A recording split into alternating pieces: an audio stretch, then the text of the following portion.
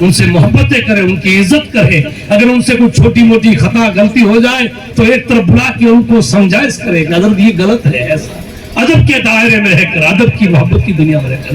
ارے یار ہم محبت والے نبی کے ہیں, دیوانے اس لیے محبت والی باتیں کرتے ہیں. یہ اتفاق محبت کی زندگی تیرے کہنے سے کچھ نہیں ہوگا. اللہ بڑھانا چاہے اسے کوئی گھٹا نہیں سکتا, اور اللہ جسے گھٹا دے اسے کوئی بڑھا نہیں سکتا ہے. عزت اللہ دیتا ہے, ذلیل اپنے گناہوں کی وجہ سے ہم ہوتے ہیں. اس لیے جو کچھ بھی تیرے کہنے سے کچھ نہیں ہوتا ہے. فقیر نے کہا تھا دے, کا دے دیا, 10 روپے دے دیا اس نے. کا پھر 10 روپے اور دے, کا نہیں ہے, کا گر کیوں نہ گئی کہ وہ چل گئی ہے. ایک فقیر درویش سامنے بیٹھا تھا, یہ کیا معاملہ ہے, یہ کیا معاملہ ہے. ایک فقیر کہتا 10 روپے دے, اس نے دے دیے, دکان والے نے دے دیے, اور دوسری بار مانگے تو دکان والے نے کہا نہیں دوں گا. تو اس نے کہا گر کیوں نہ گئی. دکان والے نے کہا وہ چل گئی, ماجرا کیا مجھے سمجھ میں نہیں آتا. ایک درویش سامنے بیٹھا تھا, اسے کہا یہ ماجرا کیا ہے. کہ ماجرا ان دونوں سے پوچھتے ہیں, جس نے مانگا اور جس نے دیا.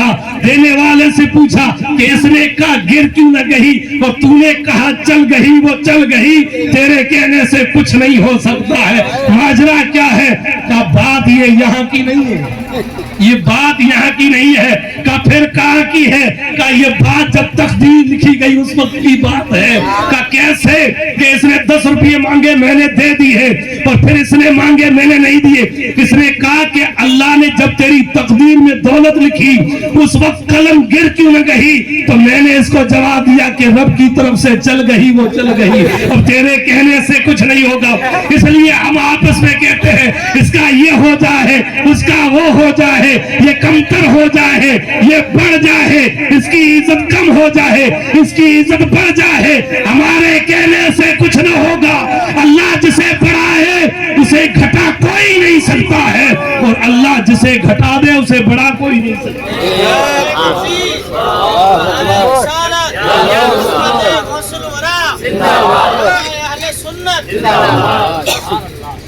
تو اس لیے محبت سے رہیے. چند دن کی سانسیں ہیں, ہم تو سنتے آ رہے ہیں.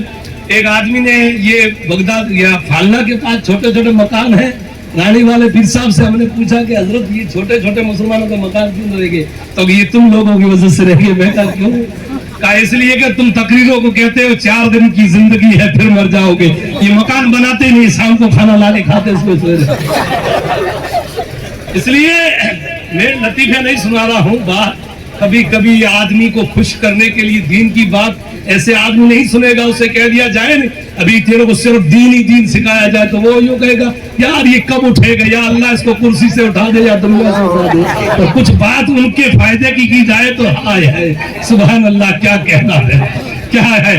کسی طریقے سے وہ ہمارے استاد محترم وہ مولانا سلیم صاحب کہتے ہیں بہت والے, وہ کہتے ہیں کہ اپنے فائدے کی ہو تو کوئی بات تو پھر وہ کہتے ہیں بہرے کو بھی سنائی دینی شروع ہو جائے, بہرے کو بھی سنائی دینی. اس لیے اپنے آپ کو ہوش میں لانے کی کوشش کرے اور انسان بننے کی کوشش کرے, حضور کا سچا غلام بنانے کی کوشش کرے. جو اپنی جگہ پہ ہے وہ سب بہتر ہے, چاہے کس طریقے سے ہے, کیا ہے اس کی چھان بان ہمیں کرنے کا کوئی حق نہیں ہے. ہمیں تو صرف اتنا حق ہے کہ آل رسول ہے, سیدہ کا خون ہے, اس لیے میرا سر ادب سے جھک جانا چاہیے. اس کا مقام کیا ہے, اس کا مرتبہ کیا ہے, یہ چھان بھی مجھے نہیں کرنی ہے. یہ تو عوام کو کوئی, عوام کا فرض بنتا ہے کہ سید ہے تو ادب کرے. اگر شریعت کا جانکار ہے تو اس کے حکم کی تابعداری کرے. اور آپ سو سمجھ میں آئے کہ سید ہے لیکن سید شریعت کو نہیں جانتا ہے تو پھر اس کے حکم کی تابعداری نہیں کی جائے بلکہ صرف اس کا ادب کیا جائے. یہ اپنی مرضی سے نہیں کرتا ہوں, یہ جو کچھ کہتا ہوں اعلیٰ حضرت کے فرمان کے حوالے ہے. صاحب درود شریف پڑھ اللہم صلی اللہ سیدنا مولانا محمد علیہ وسلم, صلاۃ و سلام علیک یا رسول اللہ, صلاۃ و سلام علیک یا حبیب اللہ صلی اللہ علیہ وسلم. لیکن ہمارا تو ماجرا یہ ہے کہ شام کو پیٹ دکھنا آ گیا اور صبح تک گولی مل گئی, صحیح نہیں ہوا تو منہ سے نکلتا ہے یار میں نے کیا بگاڑا ہے, میرا پیٹ کیوں دکھ رہا ہے. بیٹا جوانی میں چلا جائے تو منہ سے الفاظ کفریات نکلتے ہیں, بیماری آ جائے تو نافرمانی کے الفاظ نکلتے ہیں. حضرت جنید بغدادی, حضرت شیخ سعدی فرماتے ہیں کہ میں ایک مسجد میں نماز پڑھنے گیا, ساری زندگی اللہ کا شکر ادا کرتا رہا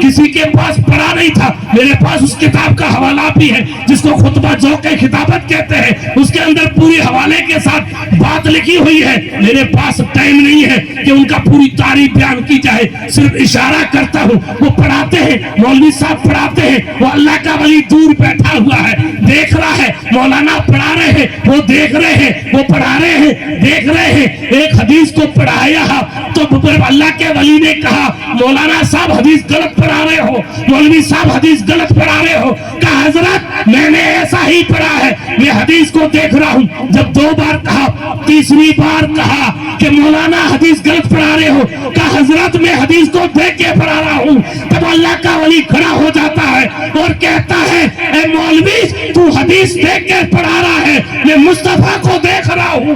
حضور فرما رہے ہیں کہ یہ حدیث میری نہیں ہے. حضور فرما رہے ہیں تو نہیں دیکھ رہا ہے, یہ تیری نگاہوں کا قصور ہے, لیکن میں تو اپنے نانا کو نظروں سے دیکھ رہا ہوں.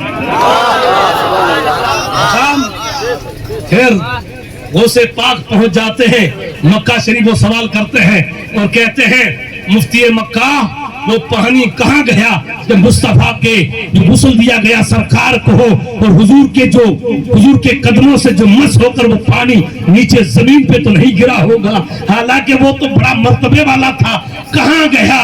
تب مفتی مکہ جاتا ہے اور کہتا ہے حضور تھوڑا ٹائم دیجئے, رات صبح میں تک کل تک آپ کو جواب دے دوں گا. مفتی مکہ نے ایک دن گزرا, ایک رات گزری, کتابیں پڑھتا رہا, لیکن اسے کیا پتا کہ یہ عشق کی کتابوں میں تھا, یہ دنیا کی کتابوں میں لکھی ہوئی بات نہیں تھی. یہ تو غوث اعظم کی ولایت میں دیکھا تھا. حضور غوث پاک نے فرمایا مفتی مکہ نے ایک دن گزارا, دوسرا دن گزارا, تیسری رات آئی تو 2 رکعت نماز نوافل پڑھتا ہے اور حضور کی بارگاہ میں درود پڑھنا شروع کر دینا. کہا یا رسول اللہ تمہارا بیٹا بغداد سے آیا ہے اور میں نے کئی سوال پوچھے, جواب دے دیے. مجھ سے ایک سوال پوچھا, میرے پاس جواب نہیں ہے. اگر جواب نہیں دوں گا تو قیامت تک دنیا یہ کہے گی کہ مصطفیٰ کی پیدائش کا شہر مکہ شریف ہے. واقع مفتی نے غوث پاک کے ایک سوال کا جواب نہیں دیا. یا عزت میری نہیں ہے بلکہ آپ کے بیٹے کا مقام بہت بلند و بالا ہے, لیکن حضور میں بھی آپ کا غلام ہوں. اس سوال کا جواب کیا ہے؟ اس سوال کا جواب کیا ہے؟ یہ سوال کرتا ہے مفتی مکہ, نبی پہ درود پڑھتا ہے, درود پڑھتے پڑھتے آنکھ لگ جاتی ہے. مصطفیٰ خواب میں تشریف لاتے ہیں, حضور خواب میں تشریف لاتے ہیں, حضور خواب میں تشریف لاتے ہیں. مفتی مکہ پوچھتا ہے یا رسول اللہ صلی اللہ تعالی علیہ وسلم, یا نبی اللہ, اے اللہ کے نبی بتائیے آپ کو جو غسل دیا گیا تھا, آپ کے جسم اطہر سے جو پانی لگا تھا وہ زمین پہ تو نہیں گرا, پھر گیا کہاں ہے؟ حضور غوث پاک, حضور میرے آقا علیہ الصلوۃ والسلام فرماتے ہیں, وہ مفتی مکہ کہتا ہے میں خواب کی دنیا میں دیکھتا ہوں کہ ایک طرف ابو بکر ہے, عمر بھی ہے, عثمان غنی بھی ہے, علی شیر خدا بھی ہے, ان کے قریب ہے, ایک نوجوان اور بھی ہے, ایک بزرگ اور بھی ہے, ایک اللہ کا محبوب بندہ اور بھی ہے جس کا چہرہ چاند کی طرح چمکتا ہے, جس کے چہرے سے سوائے سورج کی طرح چمکتی ہے. اور میں نے کہا یا رسول اللہ اس سوال کا جواب کیا ہے؟ میرے نبی نے اشارہ کیا چاند کی طرف چمکنے والے چہرے کی طرف, کھا ان سے پوچھئے سوال کا جواب مل جائے گا, ان سے پوچھئے سوال کا جواب مل جائے گا. میں نے کہا یا رسول اللہ میں نے فریاد آپ سے کی ہے, آپ بتا دے. حضور نے فرمایا ہے مفتی مکہ میں نے کہہ دیا, ان سے پوچھئے جواب مل جائے گا. مفتی مکہ کہتا ہے جیسے ہی میں نے سوال اس اللہ کے بندے سے کیا انہوں نے جواب دیا. حضور کے جسم سے جو پانی لگا انہوں نے فرشتوں کو اٹھایا, فرشتوں نے اس پانی کو اٹھا لیا اور آسمان پہ لے گئے. پھر رب کے حکم سے جہاں جہاں اس پانی کے قطرے گرے ہیں وہاں خدا کے گھر مسجدیں بننا شروع ہو گئی ہیں, وہ مسجدیں آباد ہوگی. تو اب جہاں بھی مسجد بنتی ہے تو اپنی عقلی دلیل پیش مت کرنا, جہاں بھی مسجد بنتی ہے تو فخر کرنا کہ یہ مصطفیٰ کے جسم سے لگا ہوا پانی کا قطرہ گرا ہوا ہے, اس لیے مسجدیں یہاں آباد ہوتی ہیں. مفتی مکہ کو جب جواب مل گیا, اب جواب ملتا ہے تو یوں ہی آدمی تھوڑا جوش میں آ جاتا ہے. پھر صبح سویرا ہوا, مفتی مکہ بڑے ٹھاٹ سے آیا, کہا تمہارا سوال کیا تھا؟ غوث پاک سے کہا تمہارا سوال کیا تھا واپس کیجئے. کہا ٹھیک ہے بیٹھیے آرام کیجئے سوال ہو جائے. کہا نہیں آپ کا سوال کیا تھا؟ کہا میرا سوال یہ تھا کہ حضور کے جسم سے جو پانی لگا تھا غسل کے وقت وہ پانی کہاں گیا؟ تو مفتی مکہ نے کہا اس کو فرشتے اٹھا کے لے گئے اور جہاں پر بھی گرایا مسجد منی ہے۔ حضور غوث پاک نے فرمایا مفتی مکہ بتا، یہ جواب تو نے نہیں دیا ہے، یہ جواب تیرا نہیں ہے، کس نے بتایا ہے؟ کہا حضور نے بتایا ہے کہ مفتی مکہ سچ بتا، حضور نے بتایا ہے یا کسی اور نے بتایا ہے؟ کہا حضور نے بتایا ہے۔ کہا مفتی مکہ سچ بتا، حضور نے بتایا ہے یا پھر حضرت علی کے پاس میں جو مرد مجاہد کھڑا تھا اس نے بتایا ہے؟ اس نے بتایا ہے۔ کہا اللہ کے بندے بتا وہ کون تھا جس نے یہ جواب دیا؟ کہا وہ کوئی اور نہیں، یہ تیرے سامنے جو شیخ عبد القادر جیلانی بیٹھا ہے یہی بندہ تھا جس نے تجھے جواب دیا ہے، تجھے جواب دیا ہے۔ نعرہ تکبیر، نعرہ رسالت، فیضان غوث اعظم۔ یہ مرتبہ ہے شیخ عبد القادر جیلانی کا، ہم ان کا مقام کیا بیان کریں؟ خیر میں ذخیرہ تو بہت سارا لایا تھا، بہت ختم آ گیا اور حضور اتنی دیر بیٹھ نہیں سکتے ہیں، اس لیے ابھی بڑے ادب و احترام کے ساتھ ان علماءوں کی دعائیں لیتے ہوئے میں اپنی تقریر کو یہی ختم کرتا ہوں۔ میرے کہنے میں جوش میں کبھی ہوش کھویا نہیں، لیکن اگر کھو بھی لیا ہے تو استادوں سے، بڑی ادب سے اور تمام سامعین سے اور خاص کر کے رب کی بارگاہ میں توبہ کرتا ہوں کہ اللہ تعالیٰ میرے کہنے میں جو غلطی ہوئی اسے معاف فرمائے۔ توبہ استغفر اللہ ربی من کل ذنب